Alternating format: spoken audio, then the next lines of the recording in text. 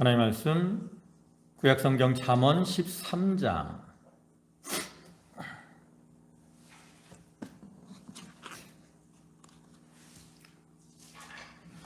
잠언 13장 1절입니다. 구약성경 페이지로는 924쪽.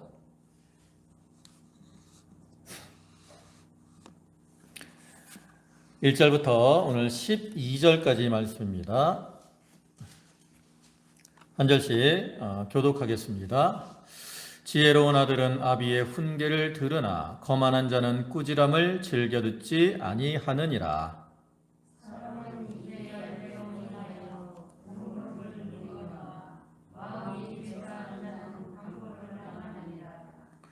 입을 지키는 자는 자기의 생명을 보전하나 입술을 크게 벌리는 자에게는 멸망이 오느니라.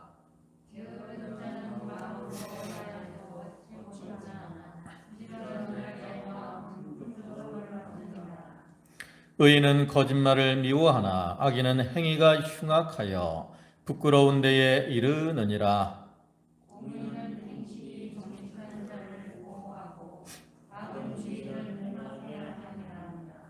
스스로 부한 체하여도 아무것도 없는 자가 있고 스스로 가난한 체하여도 재물이 많은 자가 있느니라.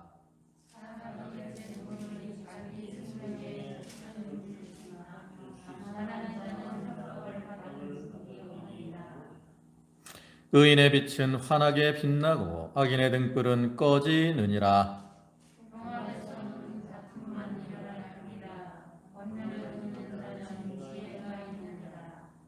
망령되이 얻은 재물은 줄어가고 손으로 모은 것은 늘어가느니라. 소망이 더디 이루어지면 그것이 마음을 상하게 하거니와 소원이 이루어지는 것은 곧 생명나무니라. 아멘. 네, 오늘 잠언 13장 1절부터 12절까지 말씀을 보셨는데요. 이 잠언 13장의 말씀도 전에 말씀드린 것처럼 총 375개의 짧은 경구로 이루어진 솔로몬의 잠언이 수록된 10장 1절부터 22장 16절까지의 어떤 부분, 일련 부분으로서 솔로몬은 이 말씀들을 통해서 의인과 악인의 생활태도를 이렇게 대칭적으로 비교 서술함으로써 우리 성도들로 하여금 지혜를 가지고 악한 행위를 버리고 의로운 삶을 살아가도록 자연스럽게 유도하고 있습니다. 그 중에서도 이제 오늘 본문의 말씀은 그 앞에서도 이렇게 교훈한 내용들이 이제 중복이 되는데 여기서는 주로 말에 대해서 주의할 것, 그 다음에 의인과 악인, 부자와 가난한 자의 모습, 그리고 그로 인한 결과들을 통해서 우리가 어떤 모습으로 살아가야 되느냐, 이것을 교훈하고 있는 내용이죠.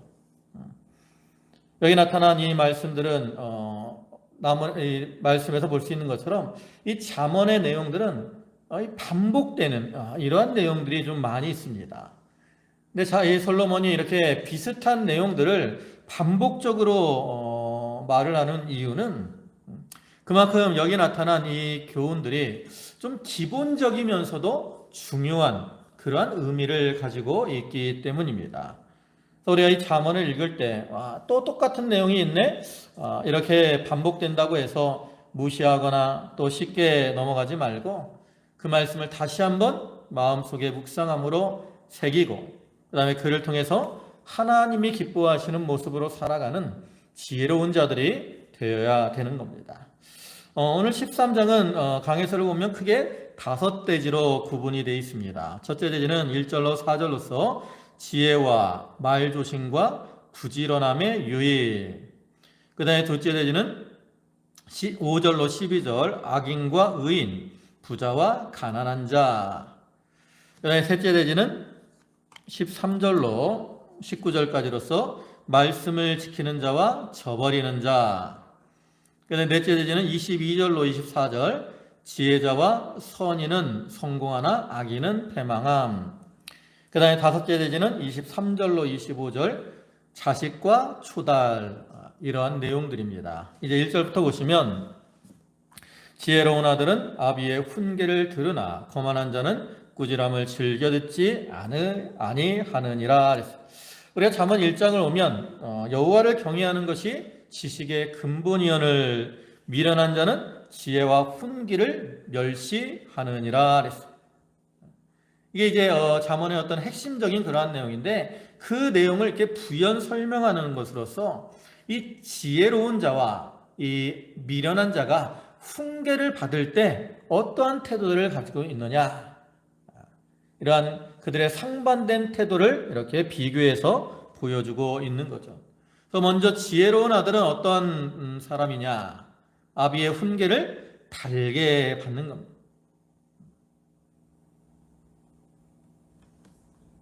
여기서 아버지, 부모는 인생의 경험이 참 많은 이러한 사람들이죠.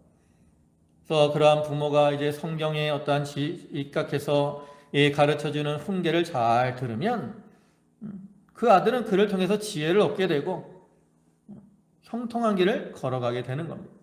그래서 이 아버지의 훈계를 잘 듣는 자가 지혜로운 거예요. 여기서는 아버지뿐만 아니라 또 선생님이나 윗사람들의 훈계를 잘 듣는 것, 이것도 또한 지혜로운 사람이라고 할 수 있죠. 반면에 그럼 미련한 사람은 어떤 사람입니까? 바로 꾸지람을 즐겨 듣지 아니하는 사람. 이 사람들은 왜 꾸지람을 듣지 않느냐? 교만하기 때문에 그래요. 더 교만해서 잘못된 길로 걸어가면서도 이렇게 책망을 하도 그 책망을 듣지 않는 거죠. 우리가 사무엘서를 보면 그 초반에 엘리라는 제사장이 나오죠. 그리고 엘리의 두 아들이 있습니다. 아버지가 제사장이니까 그 아들들도 뭐겠어요? 제사장이에요.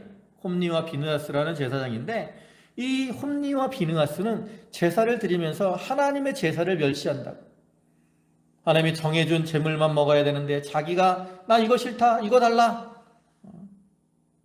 그리고 제사 드리기 전에 먼저 자기가 음식을 먹으려고 하고, 또 성막에서 투정드는 여인들과 동침하기도 하고, 이러한 악을 행해요.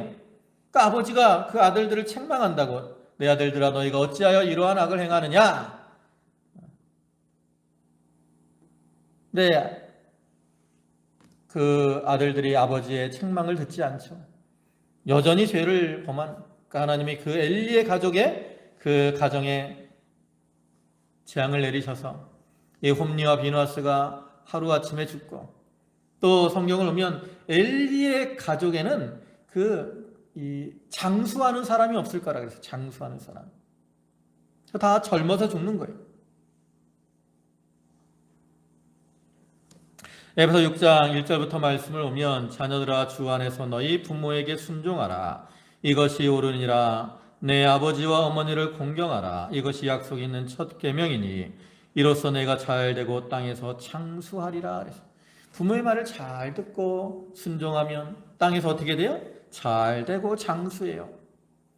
여기서 장수한다는 것은 단순히 오래 산다는 것만을 의미하는 게 아니라 실패하지 않고 망하지 않고 잘 형통한 삶을 살아가게 된다라는 거죠.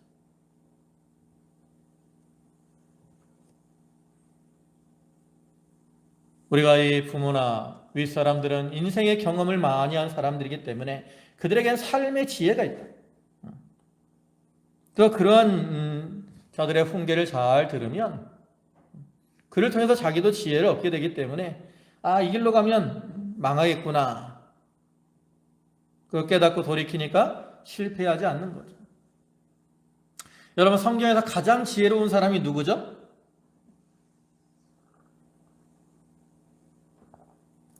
성경에서 가장 지혜롭다고 표현되어 있는 사람이 누구예요? 솔로몬 왕이잖아요. 솔로몬. 그죠?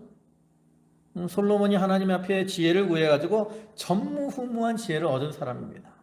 근데 그러한 솔로몬도 누구에게 훈계를 받아요? 아버지에게 훈계를 받는다고. 열왕기상 2장 1절부터 3절까지 말씀 보면 이제 다윗이 죽을 날이 다 돼가지고 솔로몬에게 이렇게 훈계하는 내용이 나오잖아요. 거기 보면 다윗이 죽는 날이 임박하매 그의 아들 솔로몬에게 명령하여 이르되, 내가 이제 세상 모든 사람이 가는 길로 가게 되었노니 너는 힘써 대장부가 되고 내 하나님 여호와의 명령을 지켜 그 길로 행하여 그 법률과 계명과 율례와 증거를 모세의 율법에 기록한 대로 지키라. 그리하면 내가 무엇을 하든지 어디로 가든지 형통할지라. 솔로몬도 지혜가 아주 전무후무한 지혜를 받은 사람이지만 그 아버지 다윗보다 인생의 경험이 없기 때문에 다윗이 이와 같이 죽기 전에 그 아들을 훈계하고, 솔로몬은 그런 아버지 훈계를 잘 받아가지고 그걸 마음에 새기고 행했기 때문에 하나님이 기뻐하시는 모습으로 행하고, 그렇기 때문에 그가 하나님이 주시는 지혜를 얻을 수가 있었던 거예요. 그러니까 오늘날 우리들도 우리 자녀들, 우리가 이렇게 윗사람들의 훈계를 잘 들으면 그를 통해서 하나님이 주시는 지혜를 얻는 거죠. 그래서 지혜로운 자는 점점 지혜롭게 되고 더 형통한 길을 걸어가는 겁니다. 그 다음에 2절에 사람은 입의 열매로 인하여 복력을 누리거니와 마음이 괴사한 자는 강포를 당하느니라. 이것도 앞에 이제 말과 연결이 되는데, 앞에 12장 14절을 보면 사람은 입의 열매로 말미암아 복록에 족하며 그 손이 행하는 대로 자기가 밟느니라 그랬어요. 이것은 우리가 언어 생활에 있어서 신중해야 될 것을 교훈하는 거죠. 그래서 우리가 말을 어떻게 하느냐에 따라서 그 사람이 복을 받기도 하고 화를 당하기도 한다라는 거예요. 우리나라 속담에도 말이 씨가 된다라는 그런 말이 있잖아요. 그래서 좋은 말을 하는 사람은 그 말을 통해서 칭찬을 받기도 하고 상급을 받기도 합니다. 반면 어떤 사람들은 말을 잘못해서 그로 인해서 미움을 받기도 하고 환난이나 심판을 당하기도 하죠. 그래서 우리 성도들은 어떻게 말을 해야 되느냐? 우리가 사람 앞에서 말을 하더라도, 저도 그러지 못할 때가 많이 있지만 하나님 앞에서 하는 줄 알고 좀 바른 말, 지혜로운 말, 또 영육간에 유익을 주는 이러한 말을 해야 됩니다. 그래야 그것이 자기에게도 유익이 되고 또 그 말을 듣는 사람에게도 유익이 되는 거예요. 이 말이라는 게, 여기 마음이 괴사한 자는 강포를 당한다 그랬잖아. 이건 왜 이렇게 표현을 하냐면 이 말이라는 게 마음속에 있는 게 나오는 거예요. 마음속에. 그러니까 마음속에 괴사를 품은 사람은 그 입으로 나오는 말이 어떤 말이겠어요? 괴사를 품은 말, 거짓말, 악한 말, 이러한 말들을 하게 된다라는 거죠. 그렇기 때문에 그들은 어떻게 돼요? 강포의 몽둥으로 보응을 받게 되는 겁니다.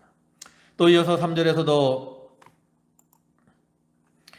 입을 지키는 자는 자기의 생명을 보존하나 입술을 크게 벌리는 자에게는 멸망이 오느니라 그랬어요. 여기서도 앞절에 이어서 지혜로운 자와 미련한 자가 그 어떤 이 말로 인해서 맞이하게 되는 이 결과를 보여주는 것으로서, 여기 보면 두 종류 사람이 있잖아요. 입을 지키는 자가 있고 그 다음에 입술을 크게 벌리는 자가 있습니다. 그럼 입을 지키는 자는 어떤 자예요? 입에 파수꾼을 세워서 할 말과 안 할 말을 좀 잘 분별하고 또 남에게 유익한 말, 좋은 말을 해서 그들을 선한 길로 인도하고 또 부드러운 말로 약한 자들을 위로하는 것, 이런 자들이 입을 지킨 자예요. 그래서 이런 말을 하는 자들은 다른 사람들에게 어떻게 해요? 신뢰를 받고 또 자기 앞길도 평탄하게 되는 거예요. 그래서 그것을 생명을 보존한다라고 표현을 하죠. 반면에 또 다른 종류의 사람은 어떤 사람입니까? 입술을 크게 벌리는 자예요. 이 사람은 아무 생각 없이 함부로 말을 하는 사람을 가리키는 것으로서 말로 사람들 사이를 이간하거나 또 남에게 상처를 주거나 또 다툼을 일으키는 이러한 사람들입니다. 근데 이러한 사람들의 말은 대부분 속이는 말들이 많아요. 근데 이러한 거짓은 언젠가는 다 드러나게 돼 있다고. 여기 가서 이 말하고 저기 가서 저 말하지만 나중에 이 사람들이 만나서 얘기하면 그 사람이 중간에서 이간한 게 다 드러나게 돼 있다고. 그러면 그로 인해서 이 사람은 다른 사람들에게 비난을 받고 조롱거리가 되고요. 또 궁극적으로는 하나님이 내리시는 심판이 그에게 임하게 된다 그랬어요. 마태복음 12장 36절 보면 사람이 무슨 무익한 말을 하든지 그 말로 심판을 받고 의롭다함을 받는다 그랬어요. 그러니까 우리는 어떠한 생활을 하겠습니까? 우리가 말에 주의하는 생활을. 야고보 3장 2절을 보면 우리가 다 실수가 많으니 만일 말에 실수가 없는 자라면 곧 온전한 사람이라 능히 온몸도 굴레를 씌우리라 그랬어요. 여기 있는 것처럼 말에 실수가 없는 자가 돼야 돼요. 근데 우리가 말에 실수가 없으려면 어떻게 되느냐? 말에 온전한 자가 되려면 먼저 자기 마음에 괴사가 없어야 됩니다. 왜냐하면 앞에서 얘기했듯이 이 말이라는 건 내 속에 있는 것들이 주로 겉으로 나오는 것이기 때문에 마음이 진실한 사람은 어떤 말을 하겠어요? 진실한 말을 하죠. 반면에 마음에 어떤 미움, 부패성 이런 것들이 가득한 사람은 좋은 말을 하겠습니까? 아니면 나쁜 말을 하겠습니까? 이런 사람들은 주로 찌르고 상처 주고 다툼을 일으키는 이러한 말을 하게 되는 거예요. 그럼 먼저 마음속에 우리가 이 괴사가 없도록 좀 마음을 잘 정결하게 만들어 나가야 되고, 그 다음에 두 번째로는 입술을 잘 단속을 해야 되죠. 시편 39편 1절을 보면 내가 말하기를 나의 행위를 조심하여 내 혀로 범죄하지 아니하리니 악인이 내 앞에 있을 때에 내가 내 입에 재갈을 먹이리라 하였도다 그랬어요. 이 다윗의 말인데 다윗은 입에다 뭘 먹여요? 재갈을 먹이는 거예요. 그래서 다윗은 자기를 저주하는 시므이가 다윗을 저주하고 막 그래도 그들에게 대해서 사울이 자기를 죽이려고 해도 사울에게 대해서 막 저주하거나 싸우지 않았다고. 하나님께 맡기고 침묵하며 나아간 거죠. 그러니까 하나님께서 그러한 다윗을 보고 이새의 아들 다윗을 만나니 내 마음에 합하다라고 말하는 거죠.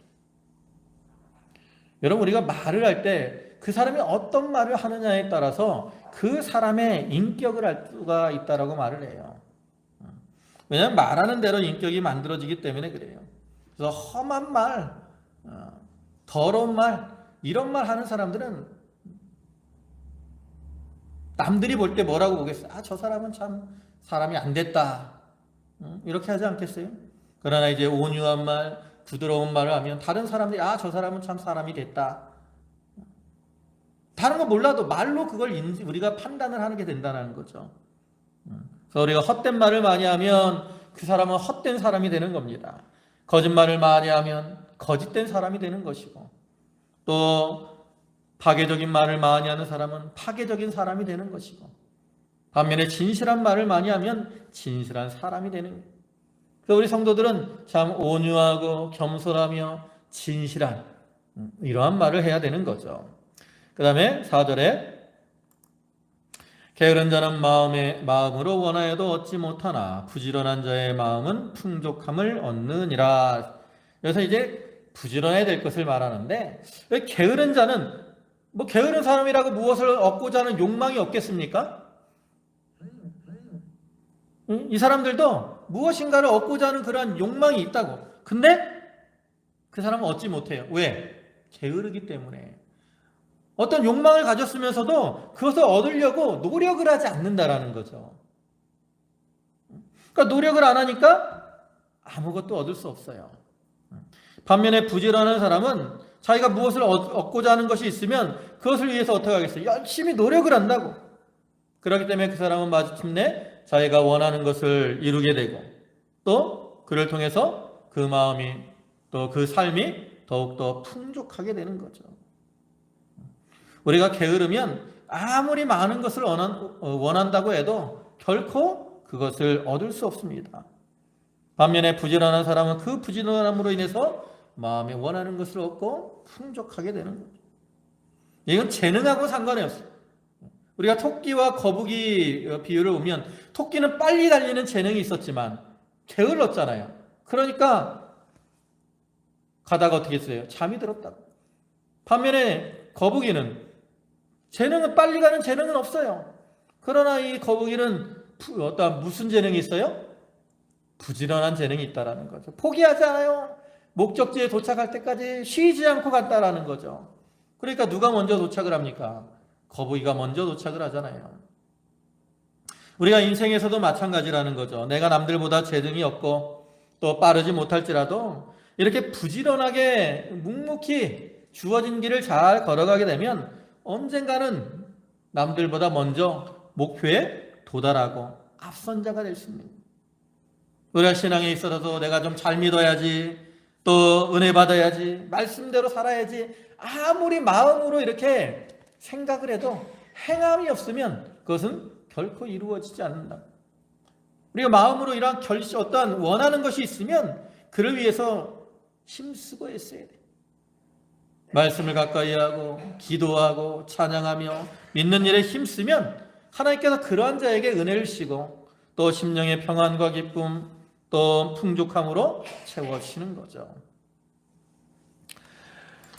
오전에는 의인은 거짓말을 미워하나 악인은 행위가 흉악하여 부끄러운 데에 이르느니라. 공의는 행실이 정직한 자를 보호하고 악은 죄인을 패망하게 하느니라. 여기서는 이제 의인과 악인의 생활 태도와 그로 인한 결과를 보여주는데, 의인은 무엇을 미워해요? 거짓말을 미워합니다. 거짓말을 미워하니까 어떻게 행하겠어요? 정직하고 신실하게 행합니다. 반면에 여기 악한 자는 어떻게 행해요? 행위가 흉악해. 여기 흉악하다라는 말은 악취가 난다라는 그러한 의미입니다. 그래서 그 사람은 그 행위로 인해서 무엇을 당해요? 부끄러움을 당하는 거예요. 여러분, 의인이 정직하고 신실하게 행하는 것은 아름다운 향기를 날리는 겁니다. 반면에 이 악인이 흉악하게 행하는 것은 악한 냄새를 풍기는 거예요. 악취. 여러분, 이 냄새라는 게 참 감추기가 어려워요. 그죠?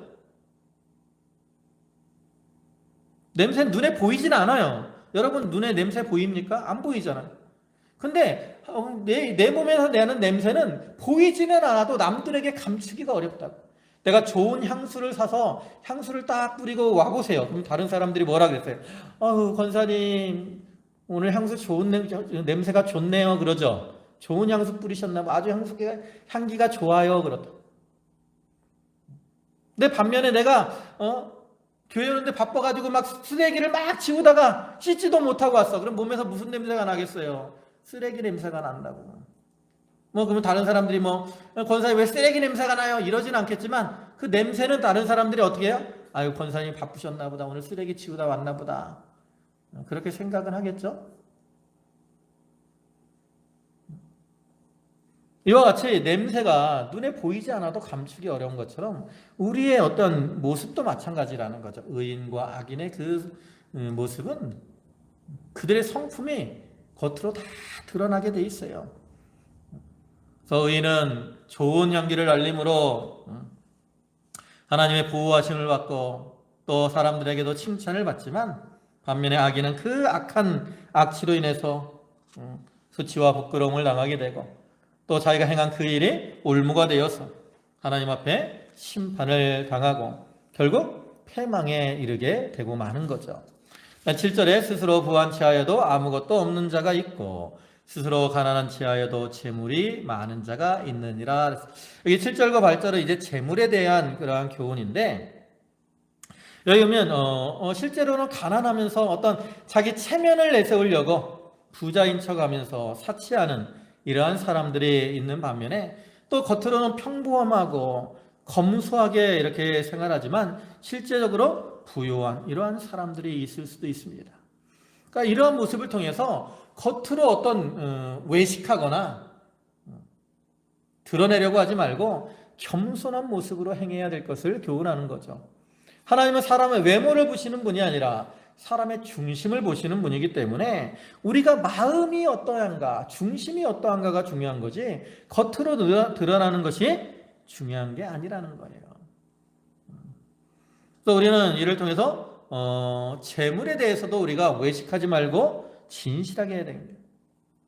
재물에 대해서 외식한다는 건 어떤 거냐면 있으면서도 없는 채 하는 거예요. 그래서 인색하고 또 다른 사람의 도움을 얻으려고 하는 거, 이것도 잘못된 거예요. 그 다음에 또 없으면서도 있는 채하고 사치하고 방탕하게 하는 것, 이것도 또한 잘못된 겁니다. 그래서 우리는 하나님이 나에게 주신 것을 만족하며 감추지 말고 하나님 앞에 합당하게 잘 사용하고 나아가야 됩니다. 그 다음에 8절에는 사람의 재물이 자기의 생명의 속전일 수 있으나 가난한 자는 협박을 받을 일이 없느니라. 여기서 재물이 자기의 속전일 수 있다라는 말은 두 가지로 해석이 가능합니다. 하나는 자기가 재물을 가지고 있기 때문에 강도를 당하거나 또 뭐 이렇게 납치를 당하거나 할 때 그 재물을 줌으로 자기의 생명을 보존할 수 있다, 이렇게 해석을 할 수도 있어요. 근데 뒷말과 이제 연결을 하면 좀 부정적인 의미로 해석이 될 수 있습니다. 가난한 자가 협박을 받을 일이 없는 것처럼 반면에 부자는 그 재물로 인해서 어떻게 된다라는 거예요. 강도들의 표적이 될 수도 있다, 이러한 의미를 또한 가지고 있습니다. 그러니까 이 말은 결국 뭐냐면 우리가 재물이 많다 그래서 그 재물을 자랑하거나 앞세우지 말라는 거죠. 또 자기에게 있는 그 재물을 의지하고 사는 것이 때로는 자기에게 화를 자초할 수도 있다라는 거예요. 그럴 때 우리 성도들은 이 재물을 축적하는데 욕심을 내지 말고 하나님이 나에게 주신 그 재물을 어떻게 사용해야 된다는 거예요. 바로 사용을 해야 된다라는 거예요. 욕심으로 재물을 쌓아두고 그것을 사용하지 않으면 오히려 그 재물로 인해서 망하게 되는 경우가 있습니다. 그래서 우리는 하나님이 나에게 주신 재물, 그것에 감사하면서 또 하나님의 뜻대로 그것을 잘 사용하는 자들, 이러한 자들이 지혜로운 자다, 이를 통해서 교훈을 하는 겁니다. 그 다음에 9절에 의인의 빛은 환하게 빛나고 악인의 등불은 꺼지느니라 그랬습니다. 그래서 빛은 태양과 같이 영원하고 강한 빛을 가리키고요. 그 다음에 등불은 임의적이고 일시적인 그러한 것을 가리켜요. 그래서 이 70인령, 옛날 그 70인령 성경에서는 의인의 빛은 영원하나 악인의 빛은 꺼지느니라, 이렇게 번역을 했습니다. 아무튼 여기서 의인의 빛은 어떻게 돼요?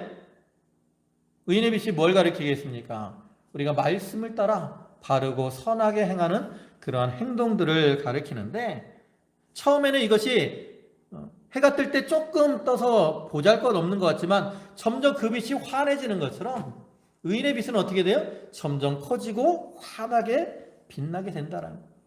의인의 행실은 점점 인정을 받게 되는 거예요. 반면에 악인의 빛은 어떻게 돼요? 점점 희미해지고 꺼지게 된다라는 거죠. 그러니까 의롭게 행해야 된다라는 거예요. 또 10절에는 교만에서는 다툼만 일어날 뿐이라 권면을 듣는 자는 지혜가 있느니라. 이 교만한 사람들은 특성이 뭐예요? 자기 중심이야. 그래서 자기만 옳습니다. 남을 인정하지 않고 자기의 약점, 부족한 거 인정하지 않고 자기의 주장만을 내세워. 그러니까 자기의 주장만을 내세우니까 어떻게 돼요? 서로 뭐가 일어납니까? 다툼이 일어나는 거예요. 반면에 여기 권면을 일으키는 자, 권면을 받는 자, 이 사람은 지혜로운 사람입니다. 지혜가 있기 때문에 권면을 받죠. 이 사람은 지혜가 있기 때문에 자기의 부족함, 또 약점, 이런 것들을 인정하고 다른 사람들이 하는 권면, 충고들을 잘 받아서 그것을 또 자기에게 적용시키니까 더욱더 어떻게 돼요? 지혜롭게 되고,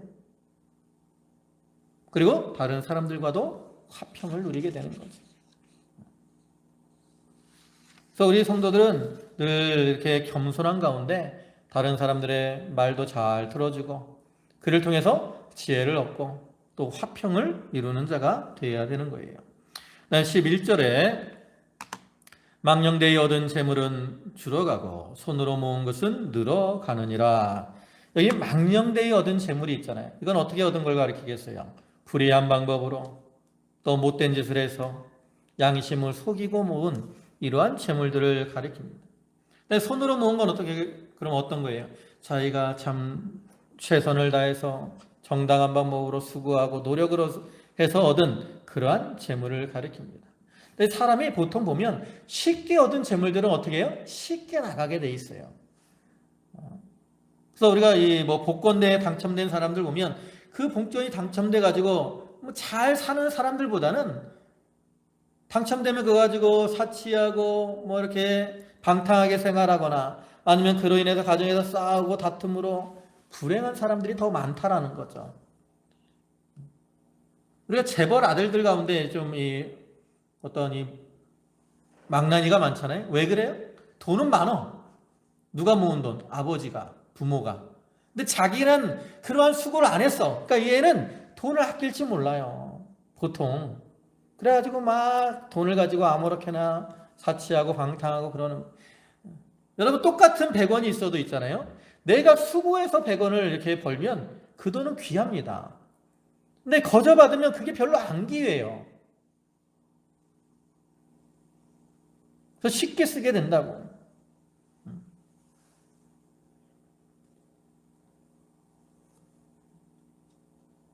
그래서 쉽게 얻은 것은 쉽게 사용하기 때문에 줄어들 수밖에 없고, 나 열심히 노력해서 모은 것은 아깝기 때문에 소중히 여기고 아끼고 전략하기 때문에 점점 늘어가게 되는 거죠. 그래서 우리는 하나님의 주권을 인정하는 가운데 부지런히 일해서 재물을 모으고 또 그것을 가지고 하나님의 뜻대로 잘 사용하는 지혜로운 자가 되어야 되는 겁니다. 네, 마지막으로 12절에는 소망이 더디 이루어지면 그것이 마음을 상하게 하거니와 소원이 이루어지는 것은 곧 생명나무니라. 여기 세상 사람들은 어떤 소원을 품고 살아가는데 그 소원하는 것이 더디고 이루어지면 어떻게 돼요?